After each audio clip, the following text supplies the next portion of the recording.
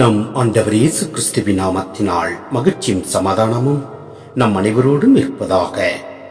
எசாயா 54:4-8 முடிய. அஞ்சாதே, நீ அவமானத்திற்கு உள்ளாக மாட்டாய். வெட்கி நாணாதே, இனி நீ இழிவாக நடத்தப்பட மாட்டாய். உன் இளமையின் மானக்கேட்டை நீ மறந்து விடுவாய்.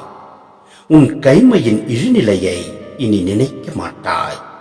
ஏனெனில் உன்னை உருவாக்கியவரே உன் கணவர், படைகளின் ஆண்டவர் என்பது அவர் தம் பெயராம். இஸ்ரேலின் தூயவரே உன் மீட்பர். உலகம் முழுமைக்கும் கடவுள் என அவர் அழைக்கப்படுகின்றார். ஏனெனில் கைவிடப்பட்டு மனம் உடைந்து போன துணைவி போலும் தள்ளப்பட்ட இளம் மனைவி போலும் இருக்கும் உன்னை ஆண்டவர் அழைத்துள்ளார் என்கிறார் உன் கடவுள். நொடி பொழுதே நான் உன்னை கைவிட்டேன், ஆயினும் பேரிரக்கத்தால் உன்னை மீண்டும் ஏற்றுக்கொள்வேன். பொங்கி எழும் சீற்றத்தால் இமைப்பொழுதே என் முகத்தை உனக்கு மறைத்தேன், ஆயினும் என்றும் உள்ள பேரன்பால் உனக்கு இரக்கம் காட்டுவேன் என்கிறார் ஆண்டவர். சிந்தனை: இஸ்ரேல் மக்களை தமக்குரியவர்களாக ஆண்டவர் இன்னும் நினைக்கின்றார். நொடி பொழுதே உன்னை கைவிட்டேன், இமைப்பொழுதே என் முகத்தை உனக்கு மறைத்தேன் என ஆண்டவர் கூறுகிறார். ஆண்டவரது இரக்கம் மாறவில்லை, அவரது அன்பு மறைந்து விடவில்லை.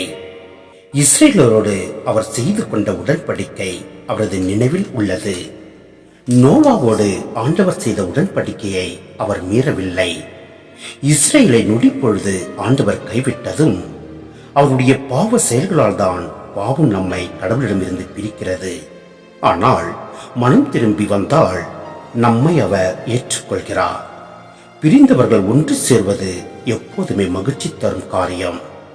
ஆண்டவரால் கைவிடப்பட்ட இஸ்ரேலும் அவரோடு சேரும்போது மகிழ்ச்சி பிறகும். எனவே நாமும் நம் பாவ செயலிலிருந்து விடுபட்டு நம் ஆண்டவரில் ஒன்றிணைந்து அவரோடு வாழ்வோம். எல்லாம் வல்ல இறைவன் நம்மை நிறைவாய் ஆசீர்வதிப்பார். ஆமென்.